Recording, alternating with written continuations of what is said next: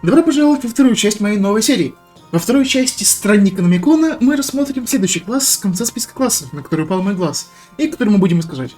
Если точнее, то создавать следующую традицию магии. Свитки, книги, формулы заклинаний, ячейки заклинаний. Разве не кажется, что это все устарело? Зачем пользоваться бумажными носителями? Разве наша память настолько плоха, что мы не можем запомнить свои собственные заклинания? Так зачем же нам книга, если мы можем все заключить в свою голову? Так и думают волшебники вечной памяти. Те, кто мало того, что не пользуются книгами для хранения заклинаний, так и могут красть заклинания напрямую через мозг другого волшебника. Ой, то есть копировать. Хотя нет, тоже грубое слово. Учиться у них заклинаниям через их умирающий мозг. Ну, каждый обучается как может. А для начала вернемся к нашим баространникам. Одной из особенностей странников является их полное отсутствие мозга. Одноклеточные создания полагаются полностью на мозг носителя, заражая его и, возможно, даже изменяя, чтобы он подходил нуждам странника. Так и мозг волшебника может сильно измениться. Обычно невозможно просто взять и запомнить заклинание. Но что же, с внешней помощью это вполне возможно. Как и обычно, для такого не обязательно заражаться. Возможно, в вашем мире волшебник учитель свой мозг магии, заменил его на улучшенный, или вставил вместо него сильный для эффективности, но итог один. Книга заклинаний становится ненужной, ведь лучшим хранилищем заклинаний становится ваш собственный мозг. На этом и основана первая способность моего подкласса. Мозг – лучшее хранилище. У моих классов иногда бывает особенность, что вы теряете что-то. К примеру, у волшебника это книга заклинаний. Ведь теперь ваш мозг и есть ваша книга. Кроме того, что вы не потеряете свои заклинания, так мозг является куда более эффективным носителем заклинаний, и их копирование будет куда эффективнее, быстрее и дешевле, так как не нужно тратиться на дорогие мелки, чернила, пергамент и так далее. Но это не единственное, что дает эта способность. Фактически, это две способности в одной, потому что вторая половина способностей, я бы сказал, довольно вкусная. Ведь вы можете получить знания не только из свитков или чужих книг. Зачем пользоваться таким неэффективным бумажным посредником, если можно взять и слушать заклинания напрямую из мозга того, кто им владеет? Увидели, как злой волшебник отразил ваши волшебные стрелы щитом? Так, после того, как вы убьете его огненным шаром и случайно сожжете его книгу заклинаний, поглотите с его трупа это мерзкое заклинание. И теперь вы сами сможете воспользоваться своим новым прекрасным волшебством. И вторая способность волшебника — взять этого подкласса. Ритуал. Занимательное слово, не так ли? Удивительная возможность использовать заклинание дольше обычного, но не потратить на это ячейку. Так волшебник еще и получит возможность это использовать на любом заклинании из их книги, даже без подготовки. Что же можно сделать с этим концептом? Использовать заклинание без ячейки.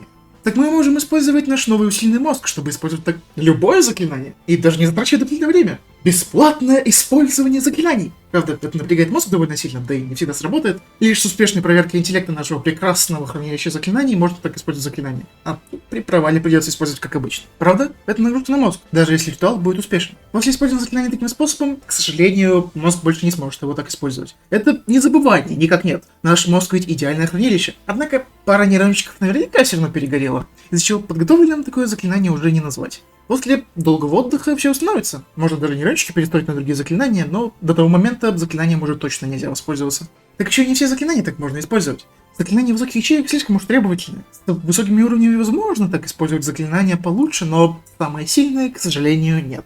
И идем дальше развивать наш мозг. Понемногу развитие вашего хранилища заклинаний перейдет на ступень еще дальше. И что же может сделать улучшенный мозг с заклинанием? Если воины могут преодолевать свои обычные возможности своим улучшенным телом, так почему волшебник не может преодолеть свои возможности мозга с помощью этого усиления? Как и воин со своим телом, волшебник вечной памяти может на мгновение перегрузить свой мозг. К сожалению, на это придется потратить бонусное действие, однако благодаря этому бонус превращается в основу, даруя волшебнику еще одно действие. Правда, ускоренный мозг сможет лишь использовать одно не слишком сильное заклинание, после этого из-за перегрузки это заклинание тоже перестанет быть подготовленным, но это все еще сильная возможность выжать из своего хода максимум, будь то у волшебника и так мало вариантов с этим было. Следующий же эффект берет в основу школу заклинаний. Обычно волшебники сосредотачиваются лишь на одной, но зачем же так делать, если наш идеальный мозг может справиться со всеми школами магии? Конечно, у вас нет времени для мастерства одной школы, что делают обычные профессионалы в этом.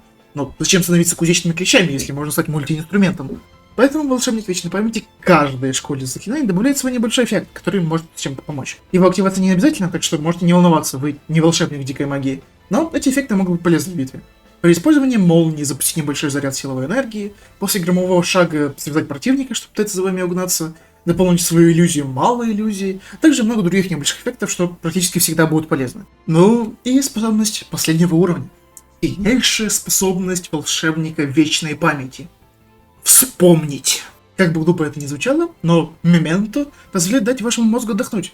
очень ценный отдых в целых 6 секунд. И на этом уровне этого достаточно, чтобы восстановить ваши драгоценные нейроны и даже перестроить их. Это позволяет вам подготовить заклинания из вашей головы и полностью поменять ваш список заклинаний всего лишь за одно действие. Правда, для следующего такого отдыха придется уже полноценно долгим отдыхом отдохнуть. Но мало того, что это полезно в любой ситуации. Менять список заклинаний довольно тяжело обычным заклинателям. Вам для этого нужно лишь мгновение, что делает вас еще большим мультиинструментом. Однако, кроме этого, вы же маг вечной памяти. А с помощью этого все заклинания, которые перестали быть подготовленными из-за перегрузок вашего мозга, стали вновь доступны. Еще больше заклинаний для вечной памяти волшебника. И на этом заканчивается разбор нашего подкласса волшебника. Интересно будет увидеть волшебника в D&D 2024, потому что вроде он тоже сможет менять не только свои заклинания коротким отдыхом, но и заговоры. Но на этом мы заканчиваем.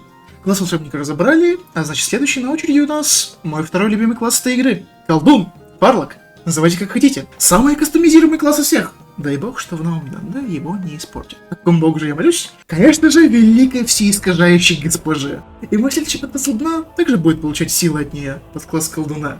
Изначальный покровитель.